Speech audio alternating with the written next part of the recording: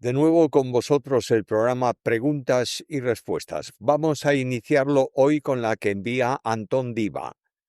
Dice así: mi duda es, Mateo 15:22 se relata la historia de la mujer cananea y termina diciendo Jesús: oh mujer, grande es tu fe.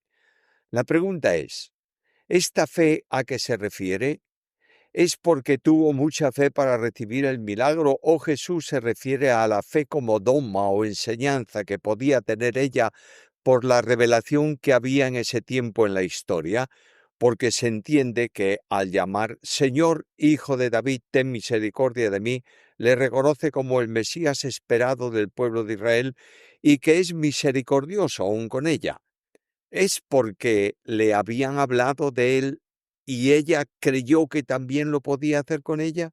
Ya que, por poner un ejemplo, Jesús dice de Juan el Bautista que no ha habido mayor profeta como él. Se entiende esto por el mensaje que traía, por la declaración de que él es el Mesías. En resumen, por intentar explicarlo lo mejor posible. ¿Era grande la fe de la mujer o es grande la confesión de fe?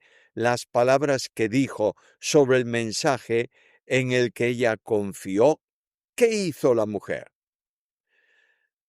Primeramente, aquella mujer conocía por referencias el poder para expulsar demonios y sanar enfermos. Por tanto, ella tenía fe en que podía sanar a su hija. En segundo lugar, ella conocía, porque así circulaba también en Israel, que Jesús era el Mesías. Creía en lo que realmente era, el esperado y el rey. La fe de ella era grande, por cuanto no cesó de seguir a Jesús y suplicarle por la sanidad de su hijo. No era una fe intelectual o religiosa o dogmática, sino una fe personal. Le hacía esperar en la misericordia, puesto que no tenía derechos, porque además no era del pueblo de Dios. Por todo eso, el Señor alabó y testificó sobre su fe, frente a la falta de fe de otros muchos en Israel. Ángela Silva. La redención no es el plan B de Dios por la caída de nuestros primeros padres, sino que la redención es el plan A de Dios antes de la fundación del mundo, es decir, en el pensamiento eterno de Dios. Sin duda alguna, Dios nunca actúa por condicionantes, de modo que antes de crear al hombre y antes de la caída ya había determinado salvarlo. De nuevo, Ángela Silva. Es buena ilustración para explicar que las doctrinas de la Biblia son las herramientas para edificar la casa de Dios. Es una buena aplicación, porque realmente las doctrinas son tomadas de la palabra de Dios y este es el único instrumento para la edificación de la iglesia. Lidia Cordero. Creo que el Señor Jesucristo va a reinar algún día en la tierra de forma literal, como dice Apocalipsis 20, cuando el diablo es atado, es decir, que no puede actuar en lo absoluto. Durante el reino milenial de Cristo, Satanás será atado y quedará inoperante durante ese tiempo, para ser luego suelto, y producirá entonces la última rebelión del mundo contra Dios, siendo después juzgado y arrojado al lago de fuego. Cristian Ferreduela. En el momento en el que alguien se le predica de Cristo y su obra, es capacitado para poder creer y rechazar el mensaje del el mensaje del evangelio. ¿Qué ocurre con esta persona? ¿Vuelve a quedarse en la condición de incapacitado como anteriormente? ¿O ahora, ya que ha sido capacitado, Dios extiende sus misericordias hasta el fin de sus días para que éste sea salvo y en algún momento de su vida, recordando las palabras del mensaje de salvación, pueda acudir a Cristo por sí solo? La Biblia enseña que todo aquel que vaya a Cristo y crea en Él, no importa cuándo, será salvo. En ocasiones, Dios confirma el rechazo del hombre y esa persona no alcanza la salvación. Por eso no se puede afirmar ni rechazar lo que ocurrirá a una persona que rechaza el mensaje del Evangelio, si tendrá o no más oportunidades de salvación. Eso queda en las manos soberanas del Señor. Miller E. Hernández. Inicié la lectura del primer tomo de Teología Sistemática de Lewis Perry Schaeffer, que de acuerdo con su recomendación general en diversos videos. En el prólogo se habla del programa divino de las edades y dan diversos pasajes que ejemplifican dichas edades. ¿Sería tan amable de dar su explicación de Mateo 24, 15, 20, que es una parte de esos pasajes señalados por Schaeffer? El Evangelio según Mateo en ese pasaje recoge la respuesta escatológica a la pregunta de los discípulos o que los discípulos hicieron a Jesús sobre qué señal habrá de la segunda venida y del fin del mundo. En el versículo 15 hace referencia a la abominación desoladora profetizada por Daniel, que tiene que ver con el anticristo y su abominable presentación como si fuese Dios sentándose en el lugar que corresponde a Dios. Eso dará lugar al comienzo de la segunda parte de la tribulación, los 3 años y medio de los 7 que corresponden a esa última semana de las profetizadas por Daniel. No ha tenido cumplimiento, como los amilenaristas enseñan, ni mucho menos tiene que ver con la profanación del templo por Antíoco Epífanes.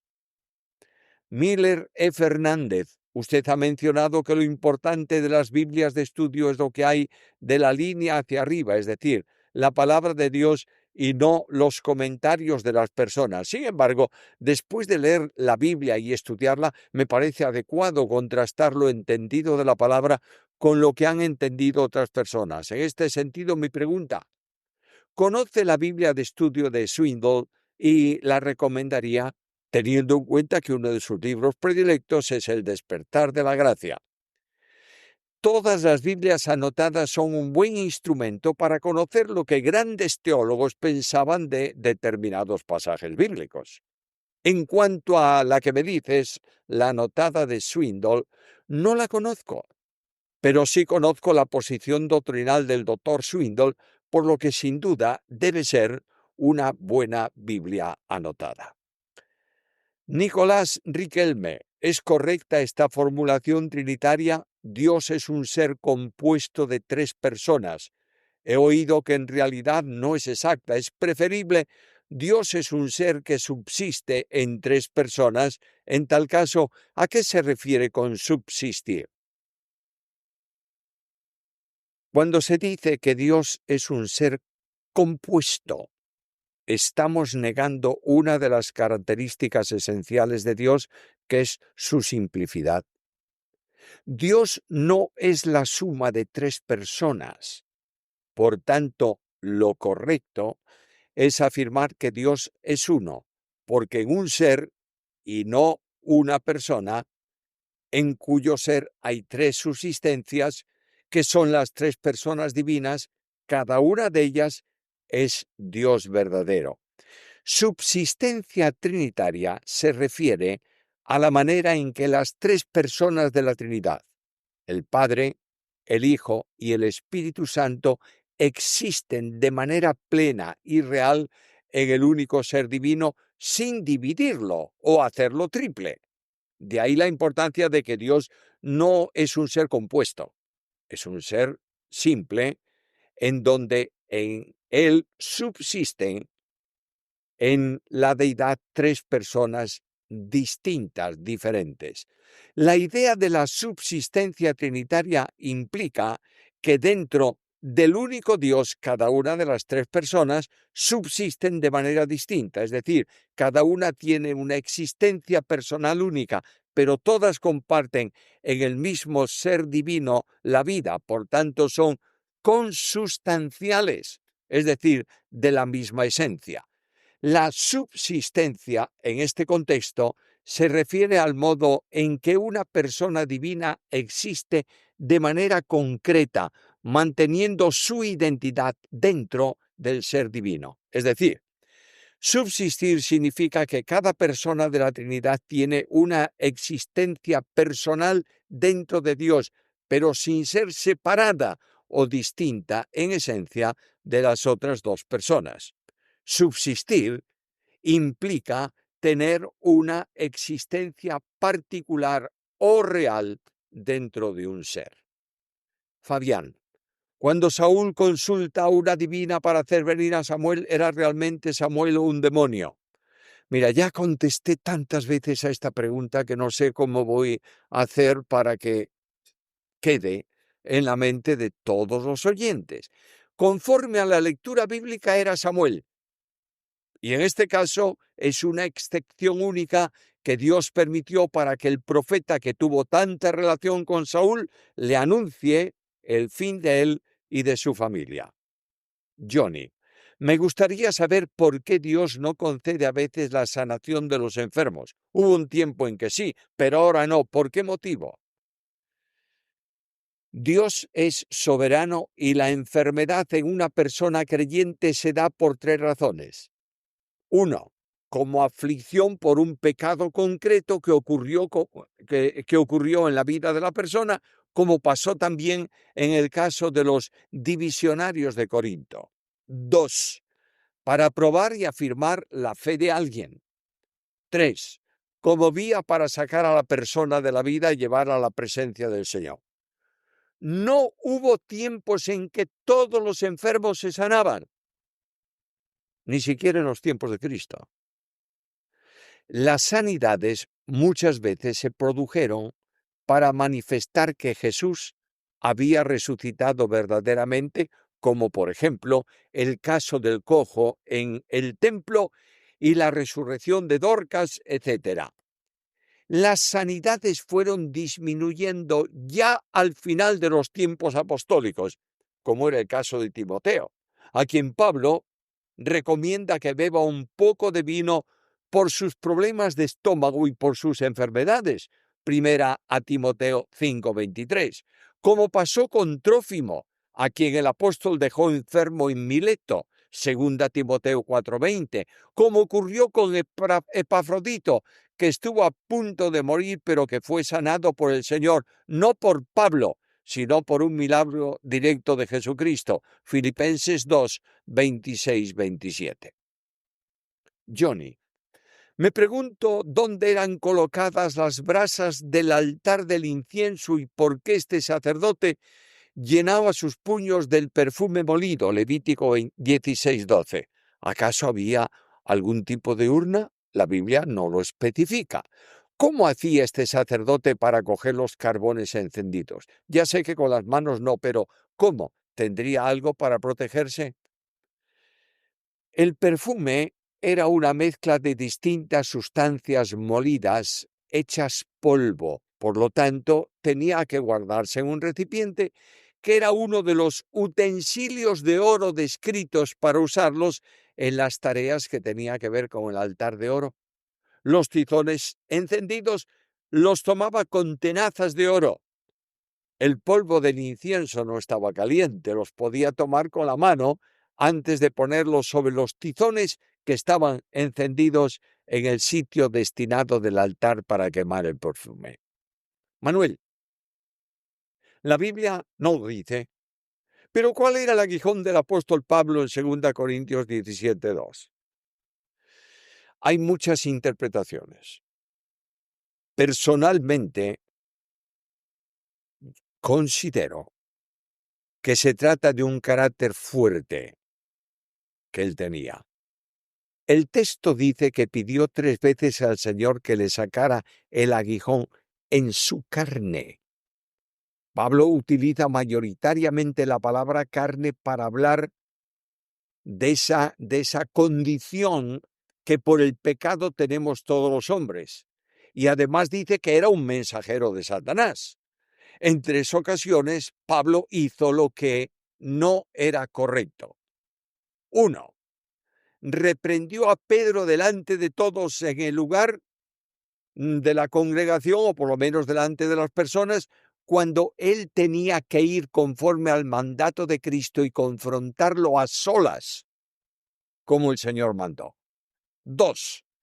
La discusión con Bernabé, a quien la Biblia y la Iglesia le llamaba hijo de consolación, fue tan violenta que se usa la palabra paroxismo para referirse a ella. Esa discusión no la empezó Bernabé, sino Pablo.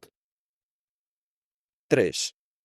Escribió una carta a los Corintios que no se conserva y que Pablo mismo le llama la epístola de muchas lágrimas, dejándole inquieto por qué ocurriría cuando la recibiesen. Por tanto, creo que hay 3 ocasiones en que actuó con poca mansedumbre, como corresponde a un creyente y a un apóstol. Pablo dice que no ha alcanzado la perfección, pero que proseguía al blanco. Por tanto, no idealicemos a los hombres, porque no hay ninguno que no tenga la naturaleza caída en él. Juan Méndez Pérez, 2 Corintios 10:5, destruyendo especulaciones y todo razonamiento altivo que se levanta contra el conocimiento de Dios y poniendo todo pensamiento en cautiverio a la obediencia de Cristo. La pregunta es, ¿qué significa llevar a todo pensamiento a la obediencia en Cristo? ¿Podría decirlo de otra forma o poner un ejemplo? Los falsos maestros que están en el contexto del capítulo enseñaban raciocinios contrarios a la verdad y confundían o procuraban confundir a los oyentes. Eran verdaderas fortalezas de maldad que eran derribadas por el poder divino. Porque Dios, que mandó que de las tinieblas resplandeciese la luz, es el que resplandeció en nuestros corazones para iluminación del conocimiento de la gloria de Dios en la faz de Jesucristo, dice en ese mismo libro, capítulo 4, versículo 6. Por tanto, el apóstol predicaba derribando argumentos que el enemigo ponía en la mente de los oyentes. Derribados los argumentos de maldad, el mensaje del Evangelio sujeta entonces la mente a la obediencia de Cristo. Una declaración firme de lo que Dios dice en su palabra trae un resultado victorioso porque lleva cautivo todo pensamiento a la obediencia de Cristo. El problema que confronta Pablo no ha desaparecido. Se ha incrementado en el tiempo actual por el pensamiento humanista que procura sustituir la verdad bíblica. Otra vez Juan Méndez Pérez. ¿Hay alguna diferencia cuando se dice enseñar Biblia y enseñar teología? ¿Cuál es la diferencia? He oído que cuando dicen se va a enseñar teología, se refiere a hacer una reflexión. La teología tiene como base la Biblia. Por tanto, enseñar teología es enseñar una porción o una parte de la doctrina que está en la Biblia. Torre fuerte. Quisiera saber por qué algunas personas creen fácilmente en el Evangelio y se convierten, otras aceptan y luego se apartan y otras definitivamente no. Bueno, porque todo hombre tiene libre arbitrio y todo hombre es responsable delante de Dios. De manera que así funciona el hombre en relación con el Evangelio. Jesús dice que el que cree en el Hijo tiene vida eterna, pero el que rehúsa creer en el Hijo no verá la vida, sino que la ira de Dios está sobre él. Juan 3:36. Estéfana Valero. El pan y el vino de la cena del Señor que se hace en la congregación es cualquier vino y cualquier pan. Por supuesto, Jesús habló de comer el pan y beber el vino, sin especificar qué pan y qué vino. Ramón Jiménez, mi pregunta es, dice que muchos son los llamados, pocos los escogidos. ¿A qué se refiere? ¿A los años de Israel o a los gentiles? También contesté esta pregunta varias veces. Puede comprender a todos. Dios llama al hombre a salvación, pero no todos atienden al llamamiento, de modo que son llamados muchos, pero son salvos pocos. En la Biblia se usa el término escogidos como modo de referirse a los salvos. Ezequiel Navarro. En Dios hay un individuo o 3. Dios es un ser, no una persona. Y en ese ser subsisten eternamente 3 personas. en cierto modo, individuos divinos consustanciales. Son individuales, pero no independientes, por tanto. Quienes niegan que Dios es uno en tres personas, niegan la Trinidad Santísima y niegan a Dios. Juan Carlos Telly, ¿es verdad que usted se formó como abogado? ¿Cómo fue su experiencia, de ser cierto? ¿Y qué consejo me daría a mí como futuro abogado? Pues estoy terminando mi carrera como jurista. No, yo no soy abogado, soy economista de empresa.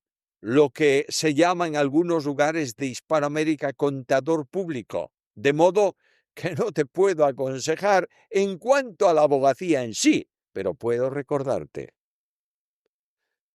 Hágase todo decentemente y con orden. Hágase todo de tal manera que, viendo los hombres tu conducta, glorifiquen a tu Padre que está en los cielos. Juan Carlos Telly, hay una pregunta larga, voy a intentar leerla toda. Hermano Samuel, yo le realicé una pregunta sobre el libre albedrío, sin embargo, de su respuesta me quedan algunas inquietudes. Si partimos de que el bien es toda aquella virtud o camino que deriva de Dios, ¿cómo puede un ser humano tener potestad o facultad para escoger el bien? Si está impedido porque, por su naturaleza pecadora, aún no conoce a Dios, por tanto, no conoce lo que es bueno. En coherencia con lo anterior, al ser salva una persona, puede por fin conocer lo que es bueno, pues conoce al Creador y su voluntad y sus caminos. Por tanto, ¿no sería correcto afirmar que verdaderamente tiene la oportunidad de ver ambos panoramas, el bien y el mal, y así poder elegir, mientras que el perdido cree que escoge el bien, pero no es así? Proverbios 14:12, ¿o me equivoco? Finalmente, cuando usted dice que el libre albedrío, como le fue dado al ser humano originalmente, no es posible volver a tenerlo porque la naturaleza caída está en nosotros, perdone mi indiscreción al preguntar lo siguiente. ¿No estaríamos afirmando entonces que la naturaleza divina dada al hombre por su salvación no le permite hacer un juicio correcto sobre lo bueno y lo malo para posteriormente escoger según lo que conozca de Dios y su palabra? Voy a ir por partes en esta respuesta. 1. Hablar de bien como todo lo derivado de Dios y que solo es posible conocer el bien cuando se conoce a Dios es olvidar que cuando el hombre pecó, Dios dijo: «He aquí que el hombre es como uno de nosotros, sabiendo el bien y el mal». Génesis 3:22. Además, Dios escribió en la conciencia del hombre la obra, no la ley, la obra de la ley, que acusa al hombre de pecado. Esto es, de lo que no es correcto. Ojo con dividir bien y mal en relación con Dios, caemos en una filosofía muy perjudicial. Segundo, por lo dicho antes, el hombre sabe lo que es bueno y lo que es malo y tiene libertad para escoger uno u otro. El texto de Proverbios que citas dice: «Hay camino que al hombre le parece derecho, pero su fin es camino de muerte», en el sentido de que solo en el camino de Dios, en el camino que Dios traza, en el camino que Dios propone, hay lo correcto, mientras que los del hombre tienen apariencia pero no realidad cuando se quiere vivir al margen de Dios. Tercero, en absoluto tiene que ver el libre albedrío del tiempo de la inocencia con la regeneración espiritual y la comunicación de la vida divina, es decir, la vida eterna. El Espíritu capacita y ayuda al hombre para que viva conforme a Dios, pero sigue teniendo un libre arbitrio para hacer lo bueno o no. El juicio correcto para el salvo es amar y obedecer la palabra, pero cuando no actúa correctamente, está poniendo de manifiesto su naturaleza caída, que está dentro de cada uno, que, como Santiago dice, nos seduce. Por eso, si alguno peca, debe confesar su caída para restauración espiritual. Pero la vida divina no tiene nada que ver con el problema de una mala elección en el creyente. Ismael de Orense, estaré orando para que se lleve a cabo. Si está en la voluntad de Dios, sería una bendición tener una Biblia de estudio de usted. Pero cuando termine su sistemática, que también será una bendición, Dios le siga dando fuerzas y anhelo para poder hacerlo. Tiene todo mi apoyo y el de muchísimas personas que lo admiran como siervo de Dios. Gracias por tus palabras. Pero debo decir, y lo digo con toda honestidad delante del Señor, mas no yo, sino la gracia de Dios conmigo. Víctor Manuel Valle y Parraguirre. ¿Cuándo y por qué surge el grupo de los fariseos estando los sacerdotes y levitas al servicio del templo? Los fariseos surgen porque personas entendieron que Dios castigó a su pueblo por apartarse de la ley. Por tanto, procuraban conocer, estudiar, practicar y extremadamente cumplir punto por punto minuciosamente la ley, hasta que llegaron a constituirse en un grupo arrogante, orgulloso, que se hacían mejores que el resto de los hombres y que se atrevían a decir a Dios: te doy gracias porque no soy como los demás hombres, ni siquiera como este publicano. Ojo con idolatrar una vida porque conoce la Biblia. Rosana H. Quería preguntarle acerca de Hebreos 1:4. ¿Por qué hablando de Cristo el versículo comienza diciendo hecho tanto superior a los ángeles? Creo en la deidad de Cristo, pero ¿por qué dice hecho? No podemos olvidar que el Verbo encarnado tiene dos naturalezas, la divina y la humana. Se está refiriendo en el versículo a la humana, que en la exaltación al cielo después de la resurrección, Dios lo ha hecho o lo hizo superior a los ángeles. Sin embargo, Jesús es el creador de todo, Juan 1:3, por lo que ya es superior a los ángeles, especialmente en su naturaleza divina. Además, heredó más excelente nombre que ellos, porque a ningún ángel dijo Dios: tú eres mi hijo. Este admirable Señor es superior a los profetas y superior a los ángeles, porque es Dios manifestado en carne, Emmanuel, Dios con nosotros. No recibe nada que no le corresponda. Dios lo exalta y le da ese nombre en su naturaleza humana que nosotros adoramos. Nicolás Riquelme. ¿Cómo entiende o explica la tradición rabínica versículos como Génesis 1:26, donde dice hagamos al hombre, o Génesis 11:7, descendamos y confundamos allí sus lenguas si ellos no creen en una pluralidad de personas en Dios? Bueno, el nombre Elohim es un nombre plural. Por tanto, no lo explican trinitariamente, sino que se refieren al nombre plural de Dios. Nosotros somos los que por revelación que tenemos podemos aplicarlo a la Trinidad Santísima, pero a los judíos le faltaba esa revelación que nosotros tenemos hoy. Warrior Princess, queriendo entender, he indagado y preguntado, pero no me es claro ni congruente las respuestas, por ello acudo a usted. Sé que el Espíritu Santo está con usted, pero además ha dedicado su vida a escudriñar y enseñar las Escrituras. Le tengo gran estima para considerar su pensamiento y creo en la revelación que Dios le ha dado en respuesta a su búsqueda. En Mateo 5, 17, 37, Romanos 6, 15, tengo confusión. Creo firmemente que no es una contradicción, porque Dios no se contradice, sino que soy yo quien no lo he discernido, entendido en las diferencias. Es decir, si Cristo vino a hacer cumplir la ley, pero luego Pablo nos dice que no vivimos bajo la ley, no sé si se refiere a la ley de Éxodo 20, a las leyes antiguas, como no cortarse el cabello, las marcas en la piel, el diezmo, etcétera, etcétera. Entonces, ¿por qué algunas hoy en día se permiten y otras están abolidas? Y por tanto, si ya no vivimos bajo la influencia del pecado, ¿cómo se aplica esto en un pasaje y en el otro? Perdón, no sé si es confuso lo que pregunto, espero haberme hecho entender. Cristo, como hombre y judío, estaba sujeto a la ley. Gálatas 4:4.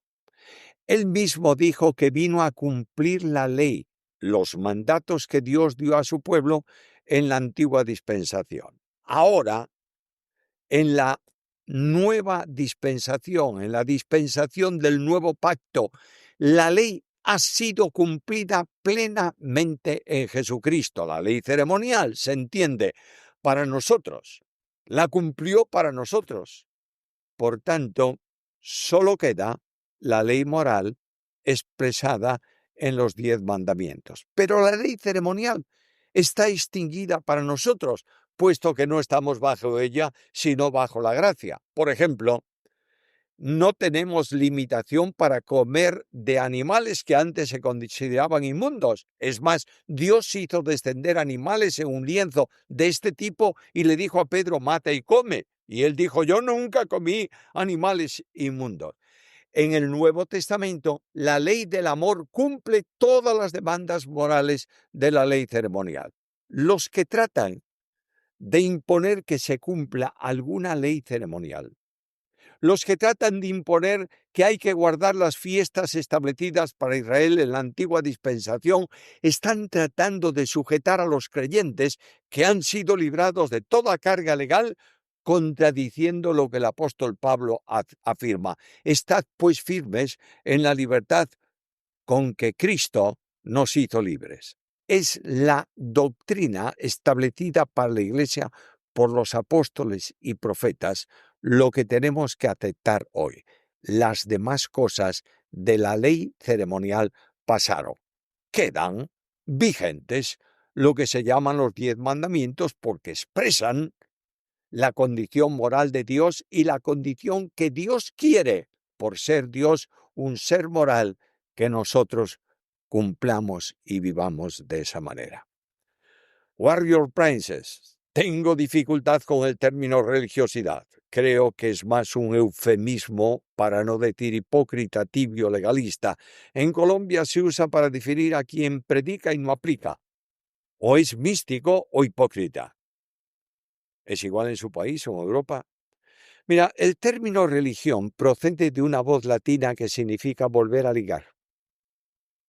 La palabra aparece solo 4 veces en el Nuevo Testamento, 2 en Hechos, en testimonios de Pablo referidos a la religión judaica, las otras 2 en las epístolas de Santiago. En la primera cita de Santiago 1:26 aparece por única vez en todo el Nuevo Testamento el adjetivo religioso, que en el contexto en que se escribe debe entenderse como quien practica las normas de la religión, pero no siempre vive hablando mal de otro, que sería contrario a lo que la religión enseña en la doctrina del amor. La segunda da por sentido de la verdadera religión, que es practicar el amor y la vida santa delante de Dios y delante de los hombres. Por tanto, no tiene que ver con hipocresía ni misticismo, aunque en algunos países le han dado ese contexto, aplicando lo que significa una adaptación del lenguaje y del significado del lenguaje, porque nuestra lengua es una lengua dinámica que cambia a lo largo del tiempo. Animation Freak. El texto Dios hizo a unos vasos de gloria y a otros de deshonra. ¿Es sobre la elección? Gracias por su respuesta. Lo pregunto porque un pastor al cual respeto mucho explicó ese texto para fundamentar la elección y la soberanía del Señor. El texto está en el contexto de la doctrina de la elección, pero no significa que solo trate ese asunto de este modo en el Nuevo Testamento. Es un aspecto de la doctrina, pero es interesante apreciar que los vasos de deshonra no los preparó Dios, se prepararon ellos para condenación, pero los de honra fueron preparados por Dios. Ahora bien, estas posiciones aparentemente encontradas lo único que hacen es dividir, confundir, distanciar a los creyentes. Es verdad que Dios escogió a algunos para salvación, como el caso de Pablo, pero no escogió de antemano a nadie para condenación eterna. Israel Saba, ¿podrías explicarme a qué te refieres en tu libro de Cristología con que el Señor murió físicamente, pero también espiritualmente? La muerte es un estado de separación y no de término. Que Jesús murió físicamente, no hay duda, por cuanto él mismo dijo: Padre, en tus manos encomiendo mi espíritu, y habiendo dicho esto, murió. Pero la muerte espiritual es la separación entre el hombre y Dios a causa del pecado. La condenación por el pecado es la muerte. Para que yo pudiera tener vida eterna, tenía que ser resucitado de mi condición de muerte espiritual, de modo que exigía que Cristo ocupase mi lugar en la muerte espiritual. Él fue hecho en la cruz maldición por nosotros, separado de Dios, por lo que en ese momento experimentó nuestra muerte espiritual.